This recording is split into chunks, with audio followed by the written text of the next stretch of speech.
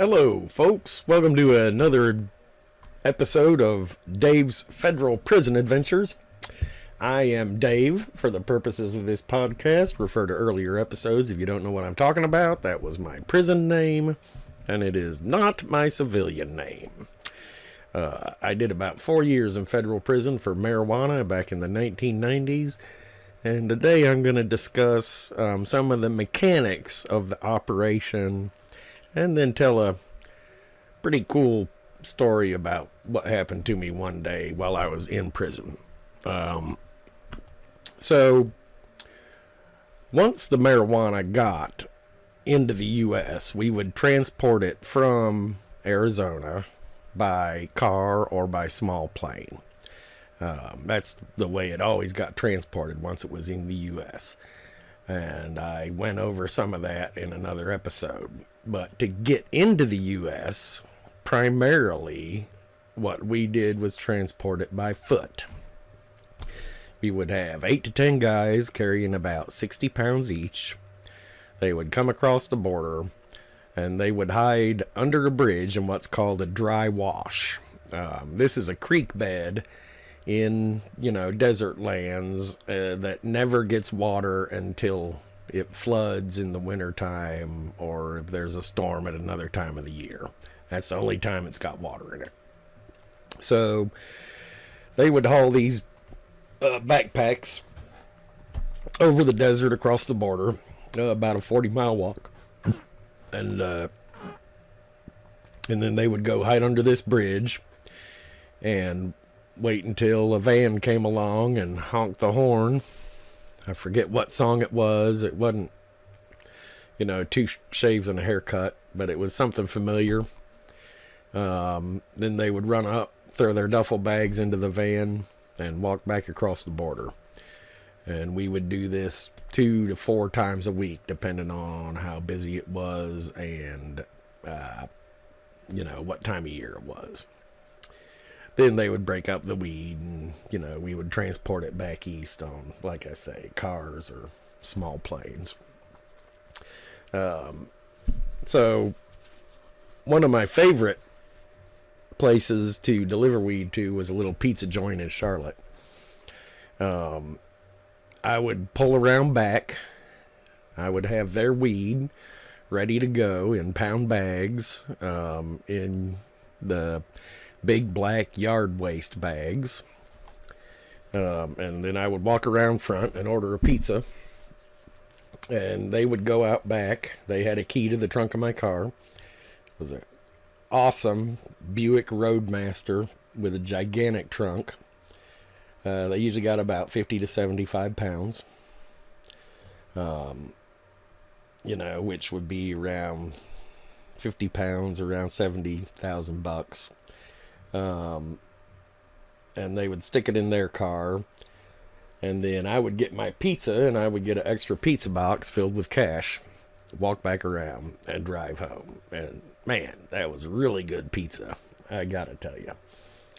I hope they're still in business. I'm not going to use the people's names or even describe them at all. I don't think they ever got swept up in the troubles, so if you're out there listening, I hope you did great and didn't suffer any ill consequences.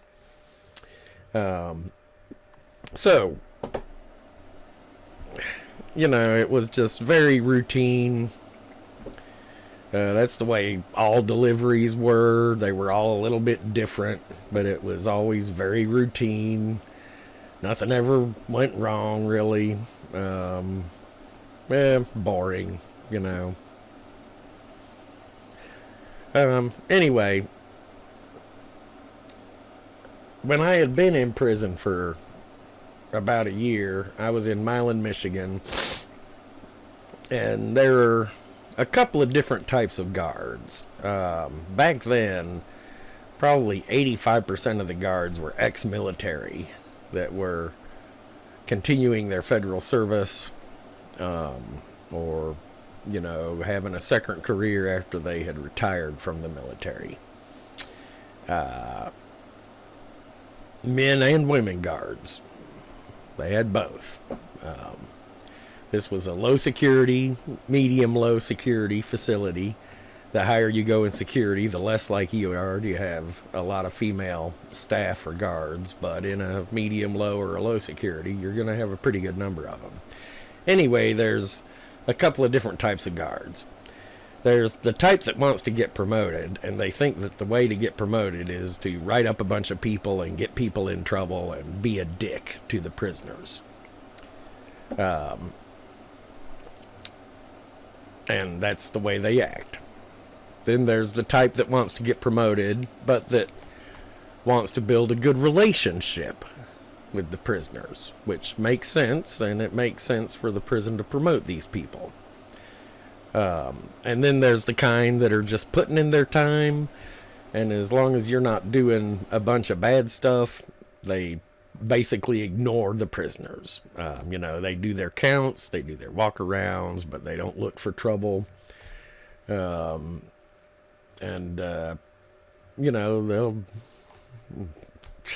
just sit in their office all day and basically ignore what we're doing as long as we don't get stabby or whatever, make a bunch of noise.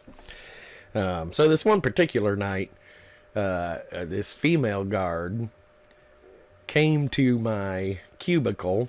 Me and my bunkie were sitting in there. I can't remember his name at all. He was a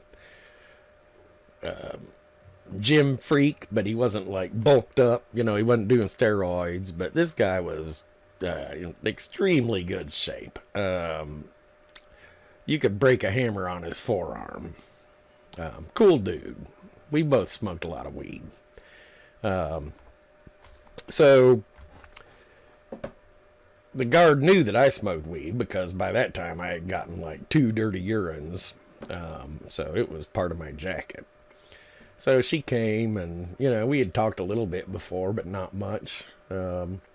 She was like, "Hey, Dave, I could really use a solid," she said. "If I could find a marijuana pipe or something like that and turn it in to the lieutenant, that would be a positive, because I'm up for a promotion soon and I need to get some stuff going on." So then she just turned around and walked off. I looked at my bunkie and he looked at me, and we were like, well, that was interesting. Now, it may have been foolish of me to think, okay, she's just trying to catch us doing something, right?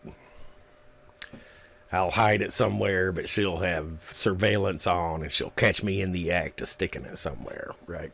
Something like that. But in the end, I was like, fuck it, let's do this thing.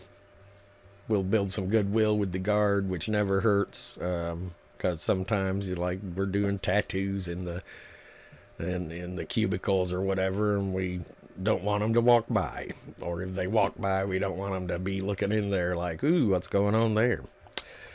So we made a little pipe. Here's one of the ways you make a pipe in prison. You take a playing card and you roll it up and you tape it to where it's a tube. And you take a razor blade and you cut a slit in the tube. You take a pencil with an eraser on it, take the eraser out, take the little metal band out that holds the eraser onto the end of the pencil, pinch one end of the band, and the place where you had cut the slit in the tube, you push the pinched end of the metal part of the pencil down into that slit. And then you've got a little bowl. The front part is a shotgun hole. The pencil tin is perfect for a one-hit bowl. So we smoked basically a dime bag of weed through this thing. Got it nice and dirty. And, you hit it. You put just enough in there to hit. Then you blow out through a pillowcase or whatever, a towel, doesn't matter, just to keep the smoke down. You try not to cough which is a big thing for me because I coughed a lot when I smoked weed. There's no way around that. And then I took it up and hid it behind one of the fire extinguishers in one of the common areas. And then I went by the office and I told the guard, who was quite cute, by the way, a very good looking woman. Hey, I think I saw somebody putting something behind the fire extinguisher out there by the TV room on the north side. She got out her little pad and, wrote down. And she was like, "You want to stay anonymous on this complaint, right?" And I was like, "Yes, I do." So she wrote it down, anonymous tip. I went back to my cubicle. Then about 45 minutes after that, she came to the cubicle and she had a little, they had these little cheap styrofoam coolers you could get at the commissary. So she had one of those, and it had about 8 pounds of beef in it that someone had smuggled out of the dining hall that she had caught, because they weren't very good at smuggling beef out of the dining hall. So she just kind of sets it down and shoots the breeze for a few minutes without saying what's in the cooler. We didn't find that out until later. Then turned around and left. And we looked at each other again, looked down at the cooler, opened it up. There was a big old hunk of beef. So we had, we made nachos and we made hamburgers. You do it all in the microwave. You get a food service 5-gallon pails are microwave safe. So you cut them off to where they're about so deep. And you can use them as a frying pan. You make your burgers, you stick them in the bottom of the plastic thing. You cook them in the microwave, flip them over. Actually, it ain't great. I would rather have a skillet, but needs must. And they did a pretty good job. Same thing with nachos, we'd make the cheese dip, throw in a bunch of jalapenos, throw in a bunch of ground beef of the burgers that we turned into ground beef. And then we would get about 5 bags of chips and pour them into a big old plastic garbage bag and dump the cheese mixture into this thing and shake it up and then, dish it out. And we fed about 13, 14 people that night, who in turn would feed us. And, everybody had something to bring. One guy had ice cream that he had gotten. Another guy had a bunch of soda pops. A couple of the people had, bags of weed, so people that wanted to smoke weed could smoke weed. And we hang out and ate nachos and hamburgers and smoked weed and drank soda pop. And yeah, it was a good night. Wasn't super exciting, but it's, it reinforced to me that no matter where you're at, you can live life. And unless it's a completely horrible place, you can live the best life that you possibly can. And that was important. Maybe I was built for that type of environment. I don't know. I didn't mind it that much. It sucked.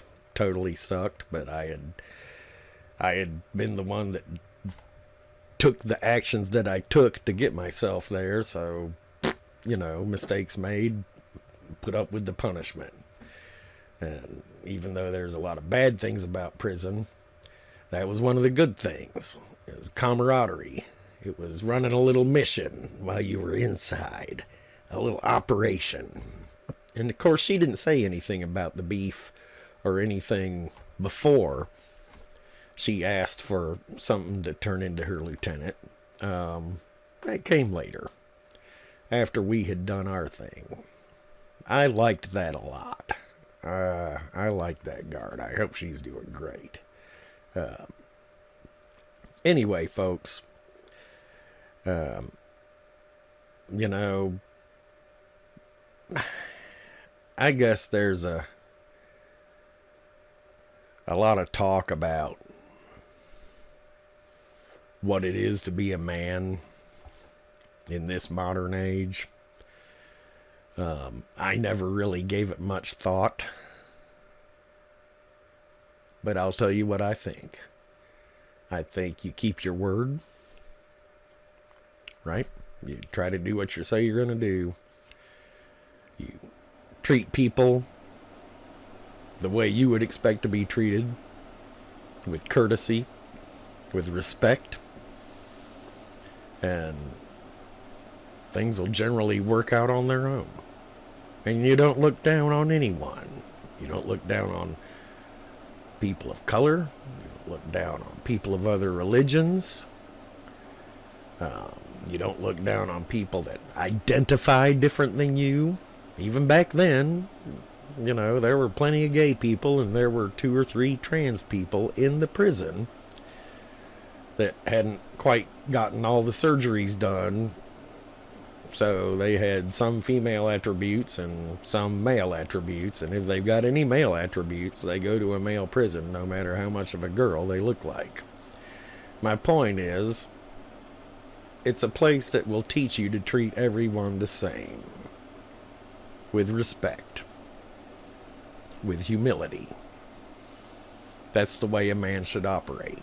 Keep your word, do your work, treat people with respect and humility, and realize that everyone else, every single person, is just as important as you are to themselves or to someone else. And that's about the best advice I can give to how to be a man. And treat women right, you know. I mean, don't be a misogynistic dickhead. There's too many people out there nowadays saying women should be treated a certain way, and that they should be in the household and in the kitchen. And I say, fuck all that shit. Women should do what they want. A real man isn't going to mind if his woman gets a job. If I had a woman that made great money and we had kids, I would stay home and take care of the kids in a heartbeat and be a house daddy, and wouldn't see one single thing wrong with that. And I gotta admit, I would dare people to point out something that was wrong with that. I would disabuse them of the notion that women are anything less than full people deserving of our respect and humility. That was one of the things I learned in prison too.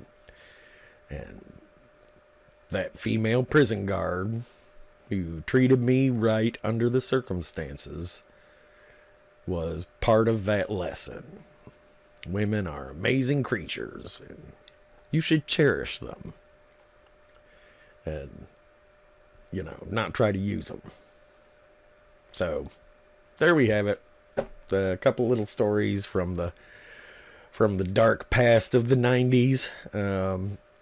Have a great day, and I will see you next time.